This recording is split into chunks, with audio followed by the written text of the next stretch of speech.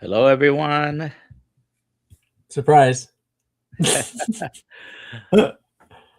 This is the Kiltz Health live stream with Dr. Nelson. I am your host, Dr. Nelson. And today we have Luis Lotito with That's us right.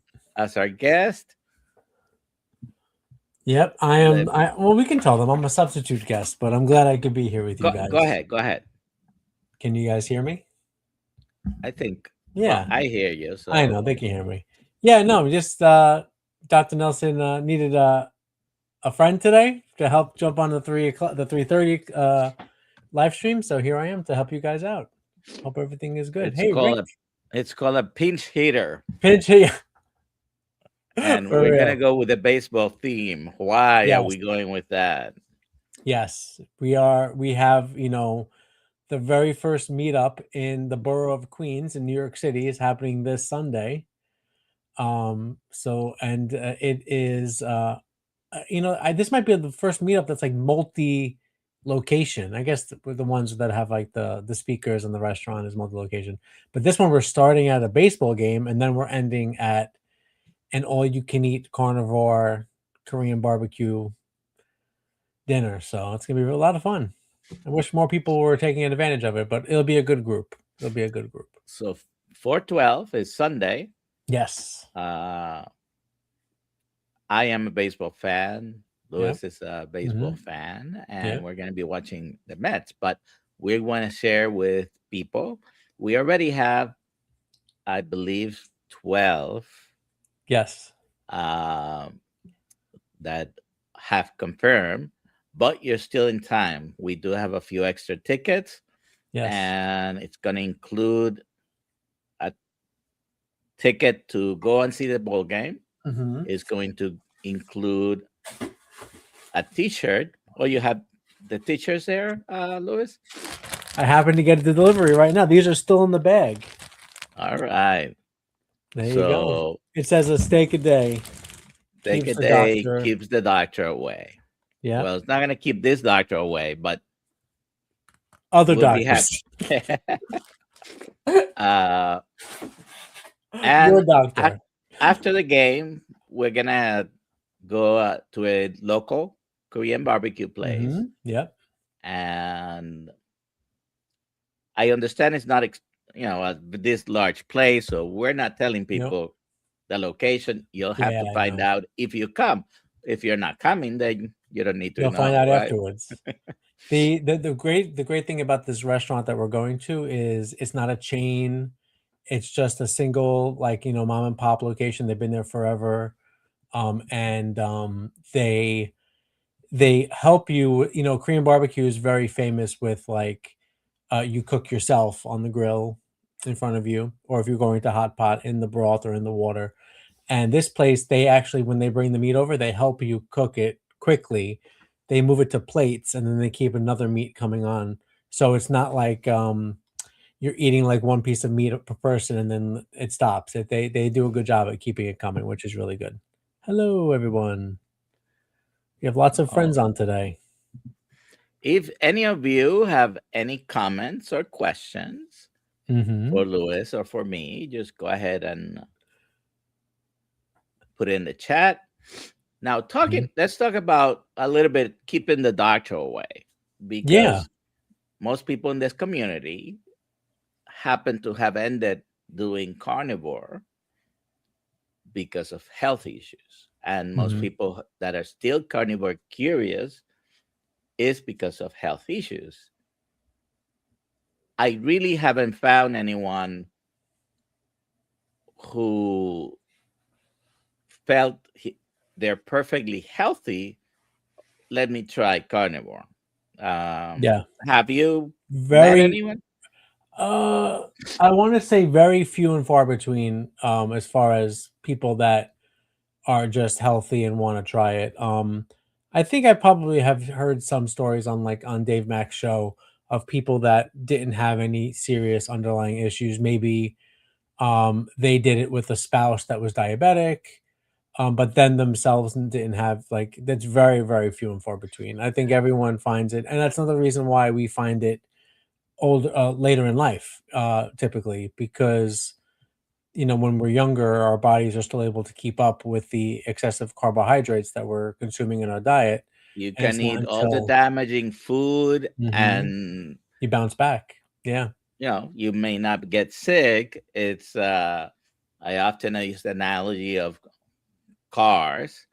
uh when they're brand new, you can abuse any car, even the ones that we don't think they're high quality cars. Mhm. You can abuse it for a while. It's gonna break down, but it may take some time, some miles into it, right? Yeah, so most uh most people have to get to a place with their health for them to even try to change their diet. And I know, Dr. Nelson, you see this in your life. I see it in my life. Whenever someone comes to me and says, I mean, people, they usually come to me and talk about weight loss because that's what you can see. You can't see the other things that I've reversed. But when I tell them like what I do, like they're just like, oh, like I can't do that. And that's because they're not there. They're not at that point that we were at to make those changes. So yeah. Now, I'm very interested in getting rid of something Hmm. from the from this earth. I don't want uh, to have this disease, and we call it diabetes. Yep. Happens to be frequent. I call it a pandemic Hmm. because more people die of diabetes and complications of diabetes. And by the way, most people die of complications of diabetes, not of the diabetes. Correct. But even the people who die from diabetes and its complications is at pandemic levels. And I think people, if you're listening, very likely you went through this thing 5 years ago, right? Five, already going on six Oh years. yes. Yes. So you know what I'm talking about. Well, Hmm. people are dropping dead from complications of diabetes right and left. We just don't pay much attention to it because it's so common, right? And it also is slow. And other illnesses, other pandemics, it was happened much faster. People got sick and they would pass away much faster. So the fact that it's slow, just like eating the poison food that we eat, it Yeah. kills us slowly. That's another reason why people cannot notice it. And, oh, what did he die of? Oh, well, he had a heart attack. Well, guess what? The heart attack was most likely due to diabetes. Right. Oh, he had a stroke. Stroke was most likely due to Hmm. diabetes. Oh, he had renal failure, and he Hmm. was end stage. An Guess what? infection. The most common cause of that is diabetes. Hmm. He had, you know, problems with circulation, and they had to cut off the toes and the ankle, and you end up passing away from all these complications, gangrene, infections, and so on. Well, guess what? It was diabetes. Yeah. Diabetes itself, uh, most of the time, won't kill you. Right. Like having high blood sugar is not what causes you to To die. die immediately. Right. It causes damage inside the arteries of Hmm. every system, and then you end up developing a secondary problem to that. So when you pass away, well, most people don't say, "Oh, well, he had diabetes." They might mention it, but usually is Yeah. The the heart attack, the chronic stroke. Right. That's what they secondary say. problem. Yeah. So, Louis, do you know of anyone in your life, in your household, who had diabetes? Besides me. Yes, I'm talking about you.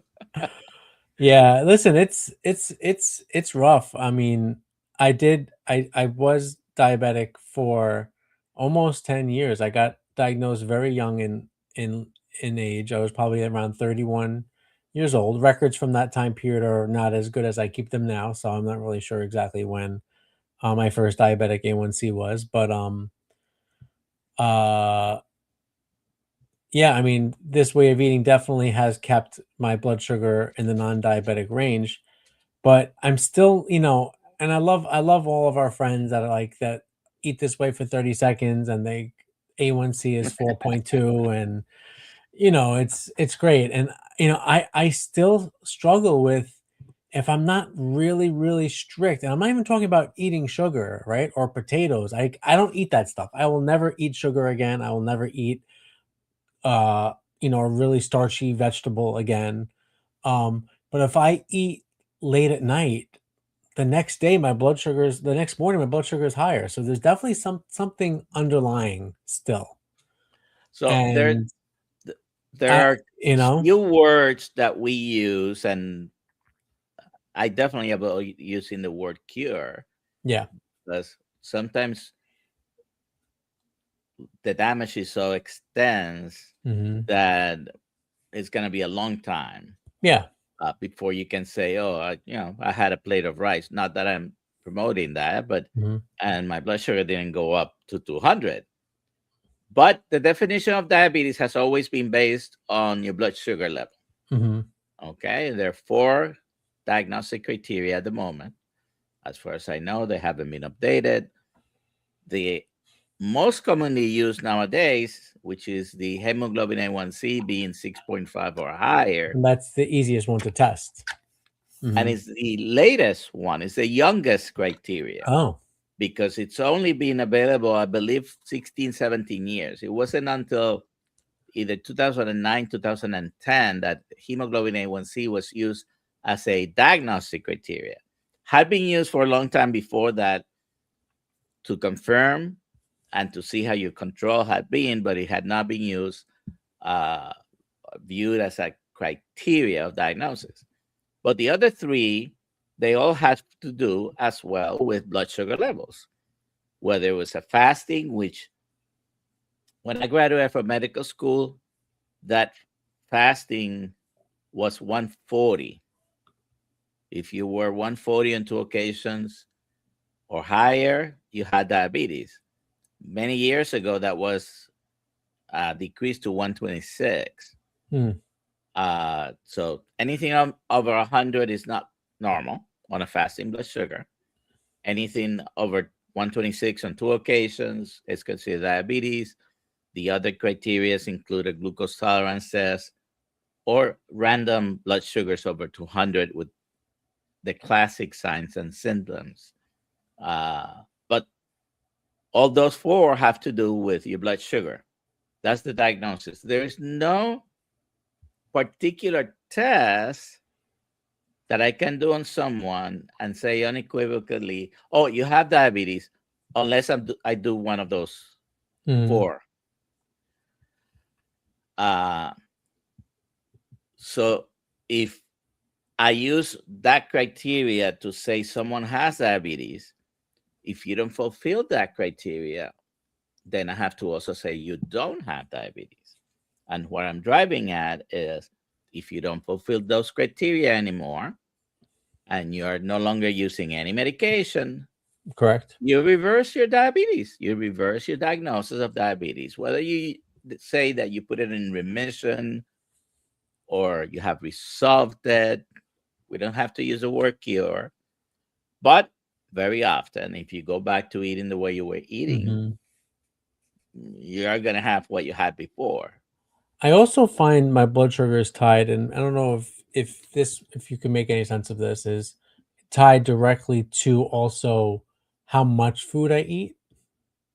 Yes. I don't, we can use the word calories, we can use the word whatever you want, volume, but even if I eat zero carb foods, but I eat it in excess or a large quantity of it, my blood sugar the next Yeah. morning could be higher, for A- example. And many of us, me included, Mhm. can overeat to have that effect Yeah. on our blood sugars uh, more than is needed, maybe. Mhm. Okay.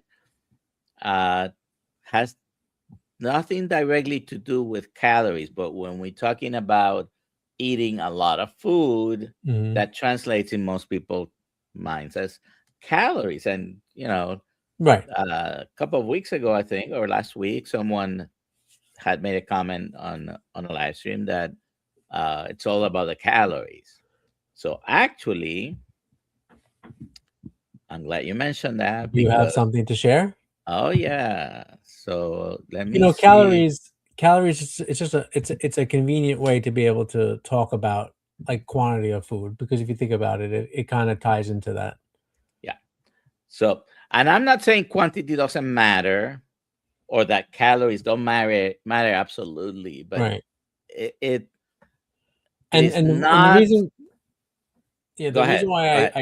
I tie it into quantities, because I know people that get, you know, gastric bypass surgery, even before they lose a lot of weight, their diabetes goes away, and I think it's tied directly to the amount of food that they cannot eat at that point. And even myself, when I was taking a GLP-1 and I was eating much less food, um, my blood sugar was a lot better. But I honestly think it was more because of quantity. Now you know, I feel like I'm always hungry. All right, what's this? Wow.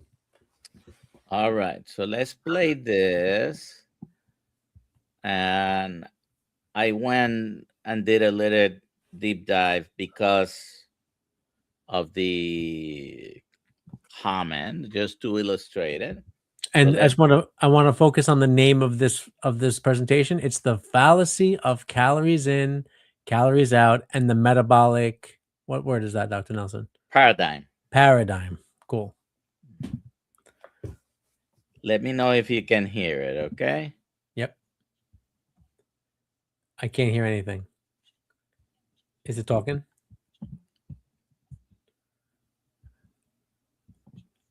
I still can't hear it. Okay.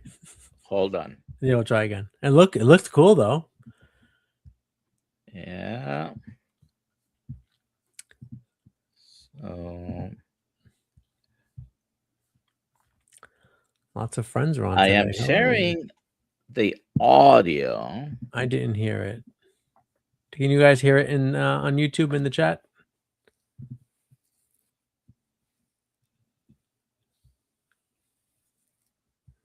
You guys, everyone, is anybody out there? I know it's let's present it from the oh, and Coach Angela Mullins says she cannot hear. Rick cannot hear. Granny Boo. Oh, everyone's here now. Hello, everyone. Everyone's saying no, they can't hear it. all right. Or they're not there. Either way. So we are going to do it this way.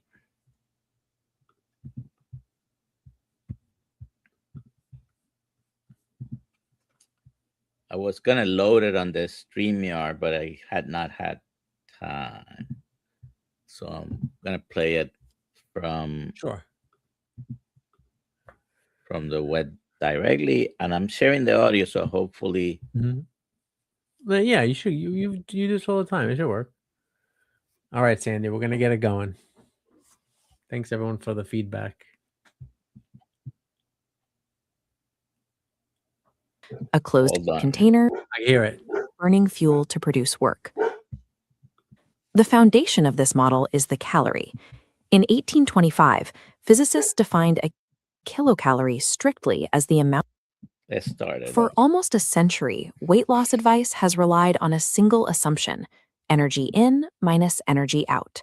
This model treats the human body like a 19th century steam engine, a closed container burning fuel to produce work. The foundation of this model is the calorie. In 1825, physicists defined a kilocalorie strictly as the amount of environmental heat required to raise 1 kilogram of water by 1 degree Celsius.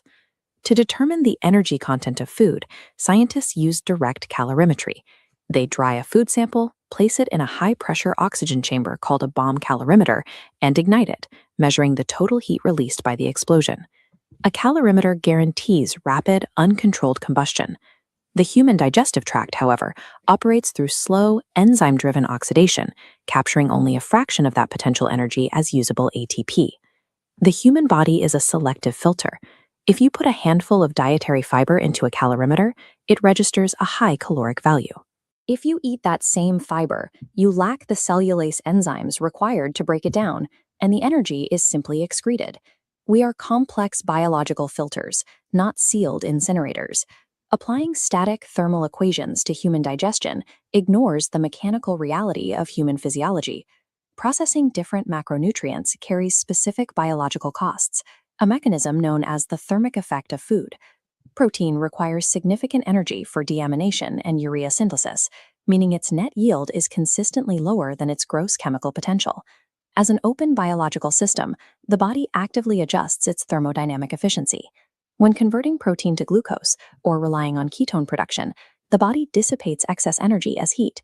While calories measure potential heat in a lab, the body interprets food as chemical information. Every nutrient you ingest delivers a precise set of instructions to your endocrine system. Food acts as the code that dictates how your body partitions, stores, and utilizes metabolic fuels. One set of chemical instructions tells the pancreas to drive energy into fat cells, lipogenesis. Another set of instructions signals the brain to terminate a meal and pulls energy out of storage, lipolysis. You can eat 2 meals with identical caloric values, but if one meal triggers a storage cascade and the other triggers a satiety cascade, your biological outcomes will diverge. Weight management fails when we focus exclusively on counting units of heat while ignoring the hormonal instructions those units deliver to the organs. This chart compares 160 calories of ultra-processed snacks to a 231-calorie whole food. The cookies deliver 25 grams of refined carbs, including 14 grams of sucrose and high fructose corn syrup, plus omega-6 oils. This fructose bypasses systemic circulation, going directly to the liver, avoiding metabolic checks. The liver converts this unbuffered fructose directly into lipid droplets through de novo lipogenesis. This fat accumulation inside the liver is a primary driver of systemic insulin resistance. Simultaneously, the refined flour and glucose trigger a massive surge of insulin from the pancreas to clear the sudden spike in blood sugar. Insulin acts as a biological one-way valve for your adipose tissue. It promotes the uptake of fatty acids into fat cells for storage. While insulin levels remain elevated, lipolysis is chemically inhibited.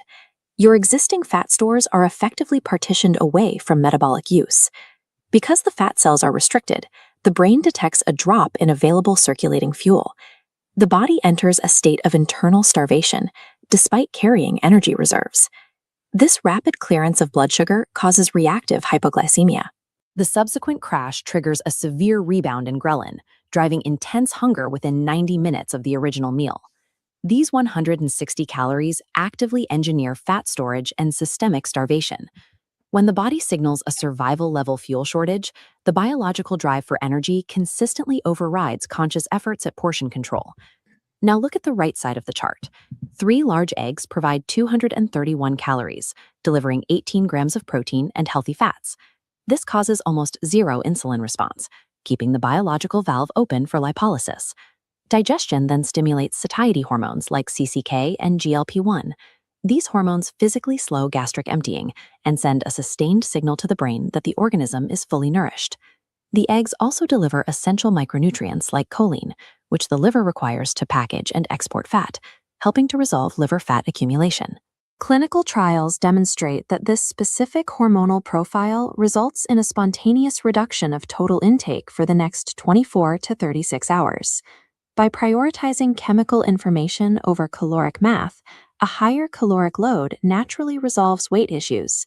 The nutrients suppress hunger and prioritize the burning of stored fat. Mainstream dietitians frequently argue that a static caloric deficit is the only requirement for weight loss. This advice ignores adaptive thermogenesis. When energy intake is restricted without addressing high insulin levels, the body perceives the deficit as pseudo-starvation and defends homeostasis. The body systematically downregulates non-essential physiological processes. Studies on participants of The Biggest Loser showed that 6 years later, their basal metabolic rates remained significantly lower than predicted for their body size. As fat cells shrink under forced starvation, leptin plummets. Simultaneously, active thyroid hormone decreases, slowing down cellular metabolism to conserve heat and energy. This hormonal shift effectively lowers the body's baseline energy expenditure to match the restricted intake, nullifying the intended mathematical deficit. If you attempt to starve a chemically restricted fat cell, the body will sacrifice its metabolic rate to survive, leading to the high failure rates seen in long-term studies. This chart shows the shift for health coaching. Success requires shifting focus away from total body weight, directing it towards insulin sensitivity and liver health. This means abandoning caloric density and instead evaluating meals strictly by their nutrient density and glycemic load. The first clinical step is to eliminate liquid fructose and ultra-processed sugars. Halting de novo lipogenesis is required to heal a fatty liver. The second step is to eliminate chronic snacking. Creating defined windows between meals allows baseline insulin levels to fall, which allows the body to access stored lipids for fuel. Obesity is a symptom of underlying liver and hormonal dysfunction. Resolution comes from healing the organ with correct signaling, not starving it with incorrect math. A coach's primary role is to manipulate the exposome, the environmental and dietary factors that dictate either disease or metabolic health. Choosing species-appropriate food provides the body with the exact genetic information it needs to regulate its own energy stores. When clients hit a plateau, further caloric restriction is counterproductive.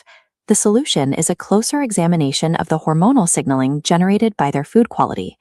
A caloric deficit is a retrospective description of what happens after the hormonal environment allows weight loss to occur. Weight loss is the side effect of a healthy metabolism. And a healthy metabolism is built by respecting biological signals, not thermal math.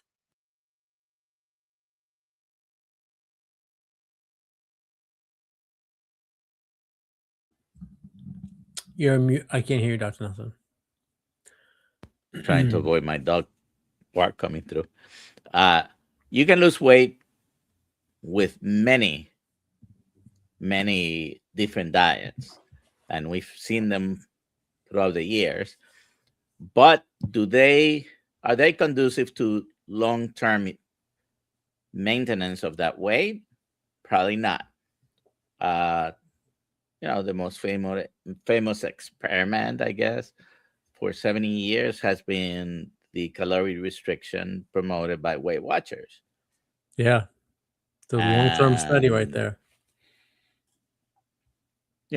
How successful was that? That now they had to buy a company that prescribes GLP-1 so you can continue being under the Weight Watchers system. Umbrella. Yeah. My biggest takeaway from that new video you made, which was really good, was at the very start of it, the picture of the bomb calorimeter. Mm-hmm. And I think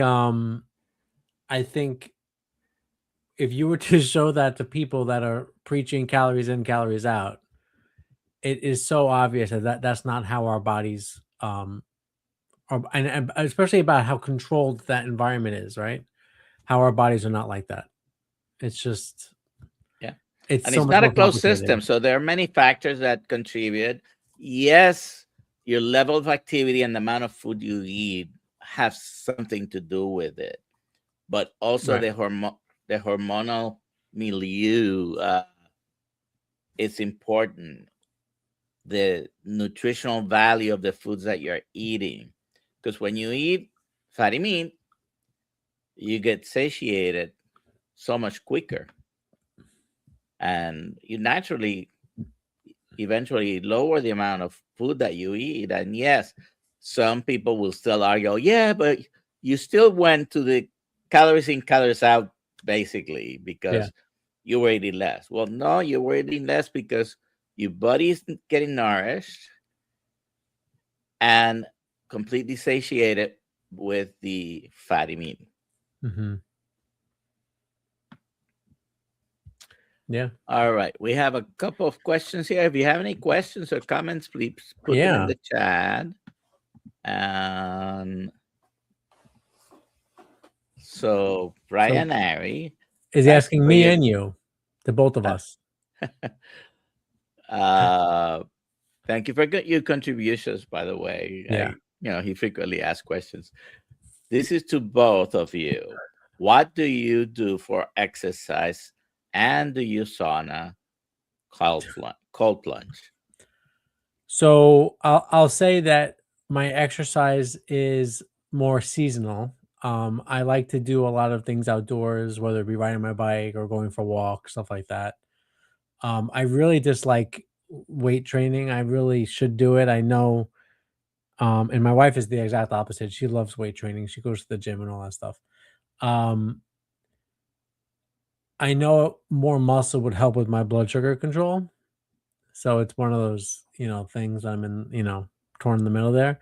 But so right now, as we exit winter, I really I'm not doing a lot of exercise, but that will be increasing as it gets warmer outside. And again, like I said, I ride my bike almost every day, like 10 miles when it's warmer out, and just like going for walks after meals, stuff like that. And cold plunge or sauna. So I don't do sauna. I don't have a sauna. If I ever do have access to that stuff, whether like I'm on vacation somewhere, I do take advantage of it. And I do not like the idea of cold plunge. I went through this phase where I was like trying to take a shower with like the cold water, and it is not good. I'm not about that. How about you, Dr. Nelson? I don't have a sauna, and my cold plunges are basically because I don't have the appropriate equipment to do it. I don't go to the gym, but I do take the cold showers even in the winter. Now I'm in Florida, of course, So your water is 52 degrees. so my cold is not that cold, but It's lukewarm. it could be cold. Yeah. And what I do, and I tell you the truth, I haven't done it. So in general, and I say this usually in our meetings in more private situations, I don't do hormetic stress, right? I've been married for 42 years. That's right. All right. So seriously, Good question. yeah, if I take a hot shower, then finish with a cold shower, and it takes me about 3 minutes to start trembling, that's when I know, okay, it did its job. But I've never put myself into a little pool of ice and water. No. No, yeah, no. I live in Florida for a reason, and that's because this is New York where I've lived, and this is not Massachusetts where I live. It's Florida. And if you need more explanation, then you might be elsewhere on this globe. And they sell those cold plunge things at like Costco. They're not that expensive. And my wife's like, "Oh, look." I'm like, "No, I can't do that. Forget it." Yeah, in New York, I don't know. They have a house or an apartment? Yeah, a house. Yeah, house. Okay. Because I have the space. I just don't want. I'm not gonna go in it. Okay. All righty. And what about exercise, Dr. Nelson? What do you do? Well, I wasn't gonna answer that on purpose because Sorry. I haven't done much in the past year. It's gonna be a year, April, when I sort of kind of stopped because I did. But I should start walk. Well, I do occasionally. I mean, I'm not Dr. Kiltz, but I do have nice some weights, and I work my arms, and sometimes I'm sitting. I do knee lifts and lift my legs. But I have not done more than that. I have been walking enough that I could walk at least 4 miles without at one shot. Yeah. And I stopped doing that. It kind of all of a sudden I haven't it's been a year because it was last April. Okay. Should I do it? Yeah, I should do it. No, I hear you. All right. We do have another question. This is not a question. I brought it up because it's a comment from Uncle Charlie. So my A1C was 18. Now it's 5. His blood sugar was over 800. Now I don't 58 know. hospital, 14 days. Now 58, I guess. Hospital 14 days. Doctor said insulin metformin for life. She was wrong. He was 325 Yeah, pounds. Now he's 180. He amazing. built a cold plunge, 40 degrees, water, 3 minutes a day. 3 minutes. So it takes, almost regardless of the temperature, it takes about 3 minutes for your body to register, and you probably will know by the What do you time you mean start. register? What do you mean 3 minutes Well, for your body to register? okay, You mean 3 minutes before I die? for it to be effective, and Okay. you'll know because remember, even with milder cold water, Mm-hmm. it takes me about 3 minutes to start Shivering. trembling to the Right. point that, okay, I think it did what it's meant to do. Um, so if you, and then there are a lot of people that study this. Some people say, oh, you need at least 11 minutes a week. I don't know why they come up with these numbers, really, but 11 if minutes just added up or at one time? 11 minutes a week Total. total. But you can probably not do just a couple of minutes every day, even though that will be 14. 2 minutes might not give you the one session results that you're looking for. Mm-hmm. Okay, so Rick says hypothermia. Yeah. By the way, congratulations, Uncle Charlie. I'm always amazed. Yeah. Amazing testimony. Yeah, yeah. So if you have any other comments or questions, let us know. That's Rick, right. do you do any cold plunges? Yeah. Yeah, Rick, where do you find cold water by you? I don't know. He would have to buy a bunch of ice, or I don't know, because he's in Miami, Yeah. probably cold enough. No cold water in Miami. That's true. Even though hose water is hot. It's true. So Dr. Nelson, during your video that you played that you created, it talked about when we eat low carbohydrate, low glycemic foods, how it affects the hormones. Is it possible that those hormones don't work well in some people's bodies? That keeps them hungrier, or like, so many people talk about, oh, I undereat on carnivore, and I've never had that problem. I don't know. I don't think you have either.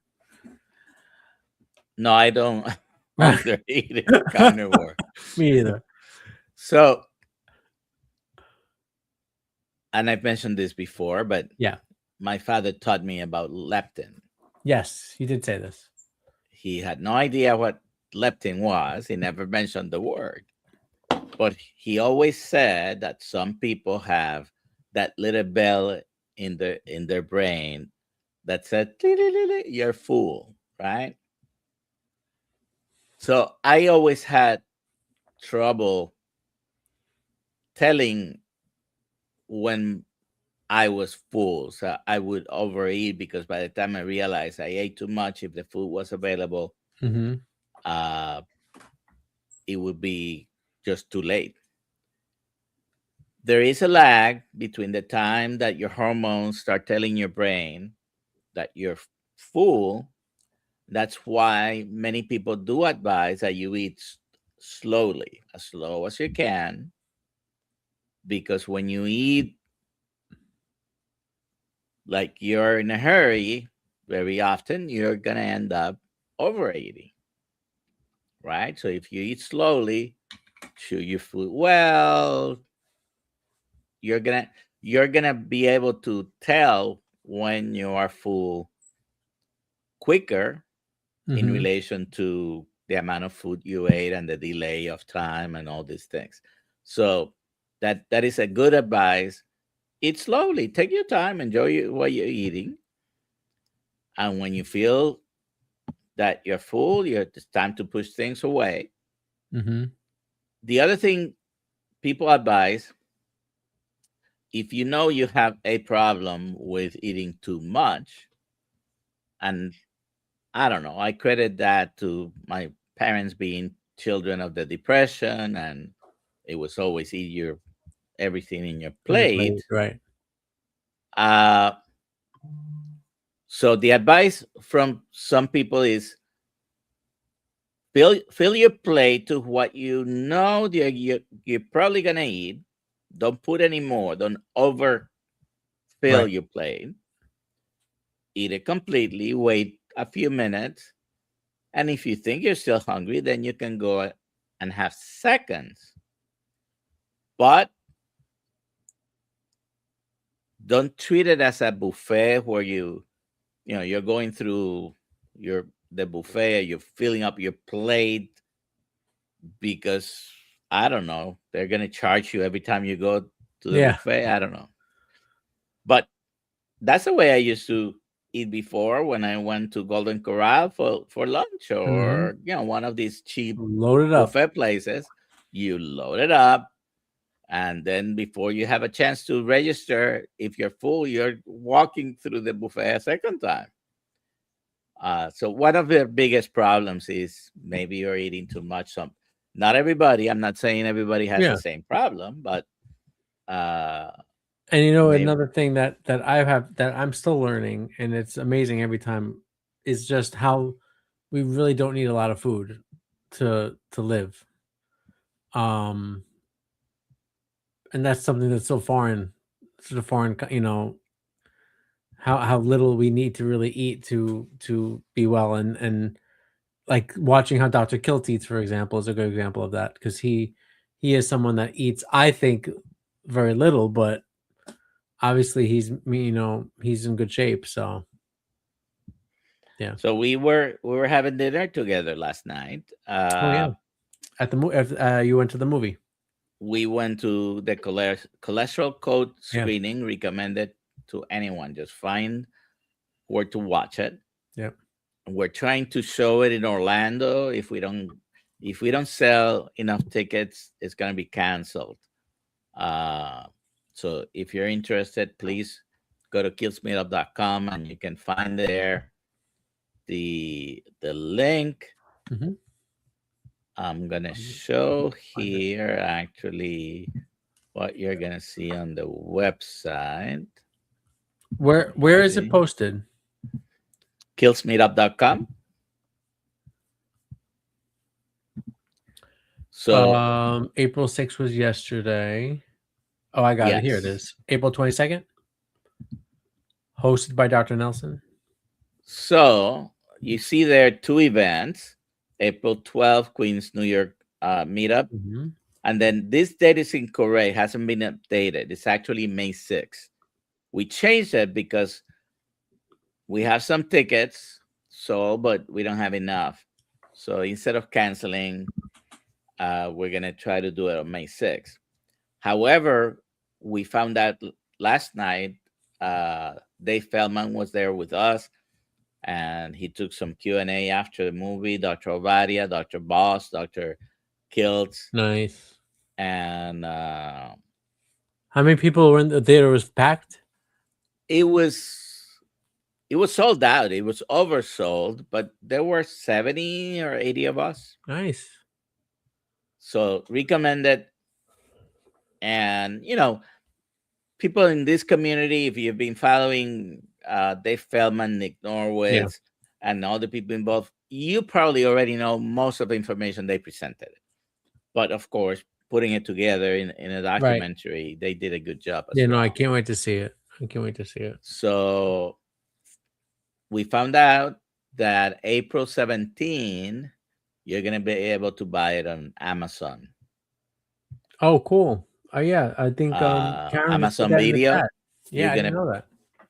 You're going to be able to buy it. But if we sell enough tickets for the Orlando showing, it says Altamont Springs. If you're familiar with Orlando, Altamont is next to Orlando. It's basically the greater Orlando area. and I'm not gonna mention the name. Probably on the YouTube community and the low carb keto community, his name is recognized. He's local to Orlando, and he and his son, who's also a doctor, confirmed that they're gonna be there. So I'm trying to put a little bit Q&A together to follow the documentary if it happens. If it doesn't happen, you can always just buy it and see it on Amazon Video. Cool. All right. So this weekend, Busy- April busy 11th, weekend. Dr. Kiltz and I will be Long in Island. Huntington Place, and as well as Louis here, Yeah, who's I'll be going to there. be with us. And Yep, then and Chris April Brandlin 12th, and Miss Meat will be there, which is nice. All of our friends that we saw in Tampa at Hack Your Health, I should say. And then the next day, we're going to be going to Citi Field. I can't wait. This is my first game of the season, which I'm very excited. And I checked the weather. It's going to be a little chilly out, but it'll be okay. We'll be good. You might be cold, Dr. Nelson. It's not Florida. It's not Florida weather, so it's okay. I'll bring my jacket. Yeah. We have a celebrity coming. I'm not gonna mention the name either, but on what day? On April 12th? to the game with us. Oh, I'll tell you later. okay. Tell me later. I We would can't say say it on the live because then 20 people would know, and we can't tell anybody. anyways, but he's extended family. And anyways, Okay, cool. So hopefully he'll be there, and I have some family members that are gonna be there. Yep. And My Louis dad's is gonna be coming. there. Louis' My dad, father's coming, and then Leon. Leon is coming. Yep, he's coming both days. He's coming to Long Island as well. Right. And actually, Daniel, Carnivore podcast. Okay. He's coming on the 11th, Long Island. So you'll meet Okay. him in person too, which is good. All right. lot So of if friends. you are near New York, and I guess what will you say? If you're within 4 hours of New York, you can probably make it for to spend the day. Yeah, it's Maybe. I like to think don't drive more total than you are going to be at the events. But if you can stay overnight and do both, then that's a no-brainer. Yeah, totally. Especially if you're driving and you have a car, it's very easy to get around. Right. So, Rick, did you check your text? I guess. Yeah, Rick, what's up? I see you're chatting away over here. You're not checking your text messages. All right. Rick is having his own conversation over here. One day I need to make my Quack Your Health event. Yeah. That's You're going to host it in your backyard. Well, as I understand it, he has a piece of land near where he lives.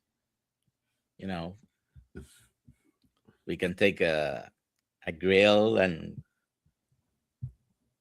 put a tent, I guess, for shadow, because in Miami you probably will need some cover. He says he's near his rotary phone. I don't understand why we're doing rotary phones, but that's where he is. Yeah. All right. So yesterday after the screening of the documentary, did you guys go to dinner also, or is that just you and Dr. Kiltz? No. Before the documentary, we were having dinner. So everyone or just you guys? No, not us, not just us. They had, you could buy a ticket just for the movie. Like a VIP ticket. And you had a VIP ticket, and Ruth Chris is right there in the same building where the theater is. Oh, perfect. So we just walked over. Perfect. But Dr. Obadia, Susie Boshoff, they were hosting basically the VIPs. And we had tenderloin and a few carnivore snacks, hors d'oeuvres. Some of them did have some bread, Okay. but yeah, it was pretty good. That is The nice. tenderloin, I mean, the whole thing was roasted, and basically, you went and they carved it for you. And Dr. Kiltz says usually he has about a fistful. He had less than a fistful at least. But the thing is with Dr. Kiltz, when we are on that social situation, guess what he does? It's like his wedding. He doesn't eat and he's walking around. I Yeah. remember I sat next to him at the lunch in Boston, the Boston meetup, and he was never there. And then he would come and he would eat some picanha standing up, and then he'd run away again. Yeah, but that's exactly what he does all the time. All the time. Yeah, no, at least he's consistent. No, that's good that you had a good event yesterday. That's nice. I really want to see the documentary. I come to Florida for that event. Yeah. So Kelly said he'll come to Florida for Rick's Quack Your Health. I'm telling you, Rick, you should sell tickets and you should do a Quack Your Health at Hack Your Health. You can have it in the park or something. That's a great idea. What will be on the menu? He says it right here: Muscovy duck deep fried.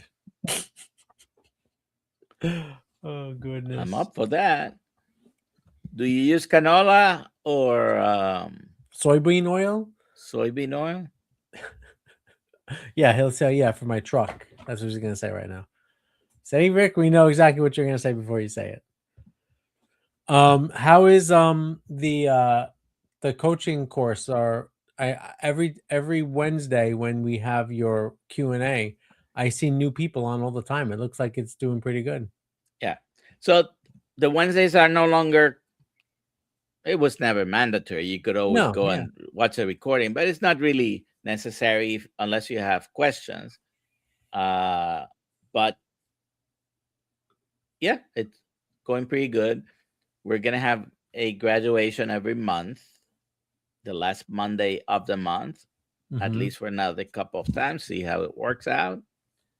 And we're also going to be giving a certificate to those that finish the 30-day course, which is always been there for a few years. The 30-day carnivore course. Yes. Oh, cool. So we decided Alia suggested, and definitely a great idea. Is that moving forward, or is that? Yes. I don't know. I don't know if she's gonna go back and see who else had finished, but right. Moving forward, at least we're gonna give certificates officially to those that complete the 30-day course. So very cool. All right. So check KiltzMeetup.com. Yep, I'll put it in the chat again. Come to the park on Sunday and spend time with Louis and me. Yeah. At the Korean barbecue place. We'll talk a little. You'll meet some members of our families. Weekend. Yep, it's gonna be a nice weekend. And I don't know if there are tickets still available for Christopher's. He's a slippery one. Let me check that, because he was like, oh, there's only a few tickets left. Meanwhile, these things have been available for 2 months. Yeah, I just clicked. Oh no, that's our event. Let me go back to let's see, get tickets. Yeah, it says few tickets left, but tickets are still available. So, and that's going to be just at Fogo de Chao Brazilian Steakhouse. Never a bad time there, and that is going to be from 4 p.m. to 7 p.m. On this coming Saturday, and it's going to be great. DoctorNelson will be there. Dr. Kiltz is going to be there, and Miss Meat Christina is going to be there. She was on a live stream a few months back, a 6 a.m. live stream, and she's pretty cool. I also met her in Tampa. And Dr. Nelson, you met her in person at Tampa, I think, as well, at Hack Your Health, and she was very nice. And of course, Chris Brandlin, who's a great friend to everyone, so it'd be good to see him too. All right. You have a good day. In about an hour, we're going to be in the community in our Yes. Zoom call. Yep.